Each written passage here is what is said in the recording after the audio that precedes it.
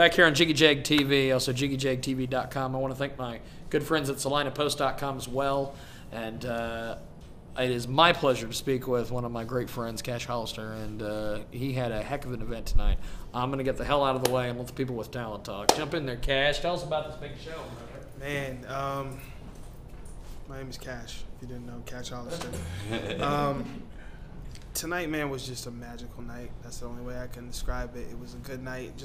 It's a good thing to have my family there. And by family, real and extended. I don't really look at, fans as fans. I look at them as my family. So, whole family showed up, man. It was super packed tonight over here in Mokas. My dude Dre Murray from Tulsa came up, killed it. James Paul Band from Wichita came up, killed it. So it was it's a phenomenal night, man.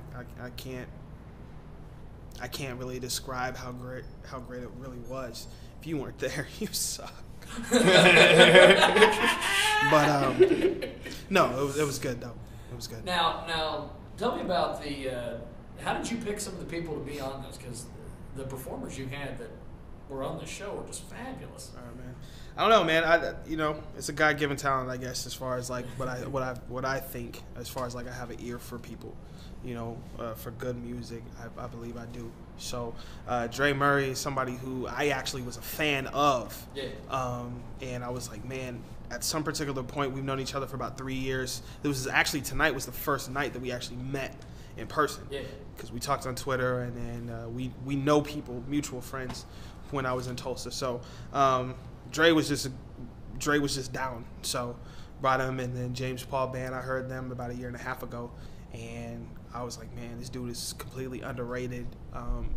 The city, I ain't heard of him, so I need to bring him. They heard him a little bit. There weren't a lot of people that heard him, and I was like, I need to go ahead and get him again. So brought him back, and they came up and they did what they were supposed to do, which was kill it. So. Now you have all sorts of little surprises. Jessica Lewis shows up and does a little riff. Yeah.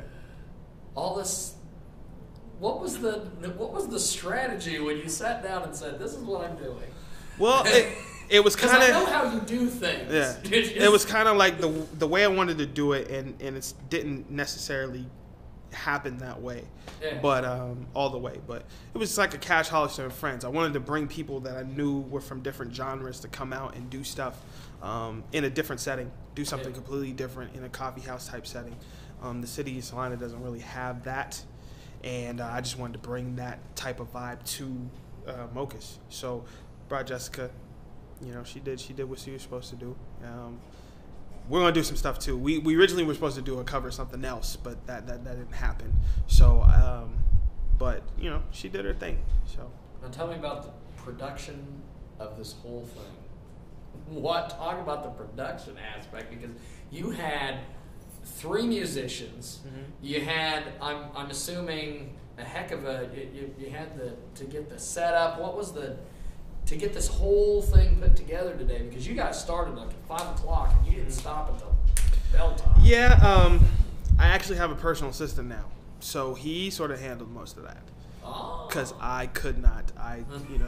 My family came with me, my wife and my daughters, and so that was kind of like priority, and I couldn't do it. So my dude Scott, he came and handled it, and sound guys was here, Rouser and company came through and did what they were supposed to do, man. It works better when you delegate responsibilities as opposed to being the only person to do all of that stuff. Yeah. You never get stuff done, and it's never efficient. So I was able to delegate responsibilities. I didn't have to worry about who's taking pictures. That was already done. Who's doing video? That was already done. Who's doing sound? Already done. You know what I'm saying? So I just wanted to just come and rap. You know what I mean? So. And you had all shapes and sizes, all sorts of. City commissioners were in the building next to gangsters, which was next to skateboarders, and it was. And then Paul Green. Right. You know what I mean? So like I don't know. I think it just speaks to the diversity of the fan base. The type of people that come to the show or that enjoy my music. Youth pastors were sitting next to skaters and hood rats. Hardcore guys. Metal guys were there, supporting. You know what I'm saying? So, man, I thank God, man. It's a good thing. Now, talk about the promotion aspect. I know that you don't I don't want you to reveal any of the cash trade secrets, but good Lord. Nah, it's just what the heck happened out there, sir? No, just shout out to Argent Art Collective for the photo, for the poster actually. They definitely did their thing. Matt Stewart and his bro, they definitely did their thing on it. And I just said, man, I need this type of poster. I need it to be better than any poster that's out there.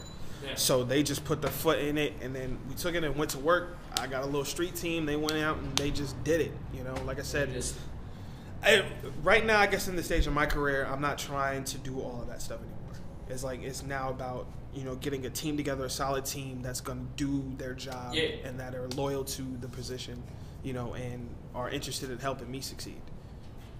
You know, and it sounds pretty selfish, but that's what it is. You know, I feel like I got something good going here, and you know, I just need people to get behind me, support the movement, and let's go. So that's what they did, and you saw the packed crowd tonight. That was the result of kind of the hard work that the team put in. So. Is this something you'd like to do on a regular basis? No. Or do you prefer? No. The only shows, you come in, you do your thing, and you leave. No, I prefer. I don't know. I prefer to do shows like this as far as in terms of just sort of the intimacy of it.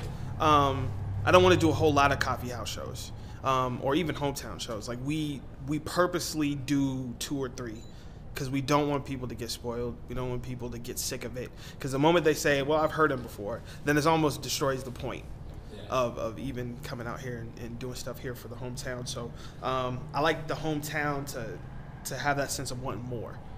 You know what I'm saying? Like, when you going to do something again? When you going to do something again? And that feeling, I want you to keep having. You want that. I want that. So, you know, we keep it to 2 or 3 shows.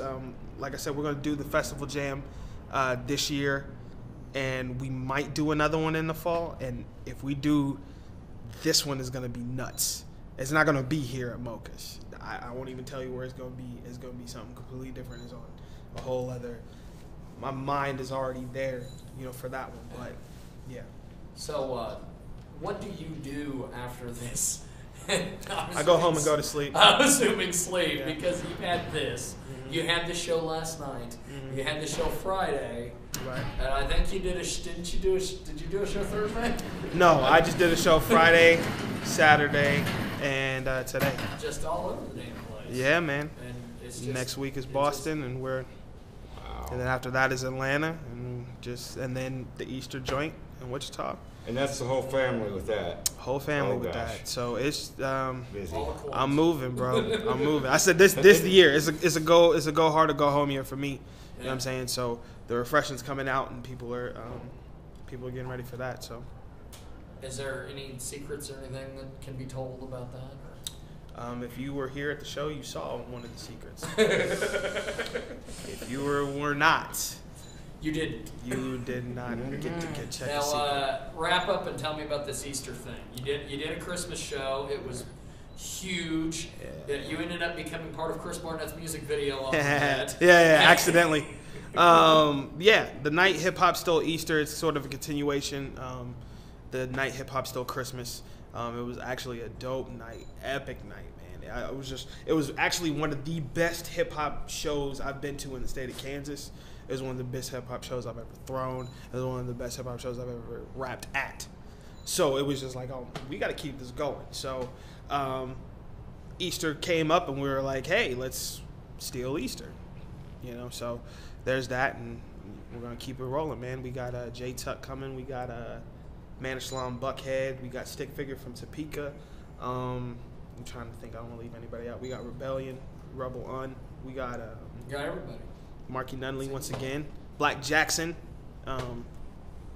So it's gonna be a nice night, man. So if you into hip hop, come out to Wichita, March 22nd. Now April 22nd. 2 final questions. Mm-hmm. What is your favorite to perform as far as comparing it to the Mokas shows, to the hip hop shows, to Christian shows, to all sorts of different things that you do? What is the one thing that which one do you enjoy the most? I enjoy most of the shows with the band. I enjoy with the band, but it doesn't really matter. I think it's just if I have, my fam out there, just support me at either show. Like, it was weird because Friday I did a metal show, and I had some people out there at a metal show, supporting me. So I was grateful for that. Then I went to this youth center in Parsons, and I had about 70, 80 kids just rocking with me, And so I had the same amount of energy in that as I did tonight at Mokas. And just if you rock with me, if you buy my CDs, if you download my stuff, if you send me a message on Facebook or Twitter or whatever, if you follow me and you support me and you support the movement, man, I'm with you. So now wrap up and tell us how important, you had the street teams and everything. How important was social networking with something like this? Social networking was big. I mean, the Twitter, the Facebook, man, it was really something that. It was a good thing, man. I took my time with it. I don't like to overflood people with stuff, in regards to just doing, hey, we're going to do this, hey, we're going to do that. Like, I try to pace it out because people have the tendency to be absent-minded. They forget, like, yeah, I'll be there. And then it's out of their mind. You know what I'm saying? So then it's almost like you got to stay on them, but don't stay on them so much that they're like, you know what, I'm not even coming because you just annoy me. So that's what that is. Well, that's cool. Well, I'm very proud to be associated with this night. So yes, sir. And it's a good night, man. Thanks for always having my back, even though I'm a miscreant sometimes. And, my thanks to SalinaPost.com. Oh, do you want to thank the sponsors from tonight? Yeah, man. Matt Moody's, Salina Post, man. Good job. Matt Davis, Third Strategy, ICTHipHop.com, too. What up? Who else am I forgetting? Dave Gass, Pastor Dave Gass, Main Event, First Covenant Church, man. It was a great night. So, and the guy who designed the logo. And Argent Art Collective for the poster. You're tired, I know. Yeah, I'm out of it. But shout outs to Dante Rouser, Peaceful Productions. Shout out to Burgess. Shout out to Ross. Shout out to Jiggy Jack for coming through. Josh Hernandez came through too. So, yep. We just try to make it official, man. I'm on a different level than most of these rappers, man. That's the truth. So we try to make things official, man, because make it mayoral. You know what I mean? There you go. Yeah. Well, thanks to SalinaPost.com. Thanks to RossLong.info. And it's CashHollistah.com, right? Yeah. And now that's my wife, so I'm leaving. So I'll talk to you later. Later. Okay.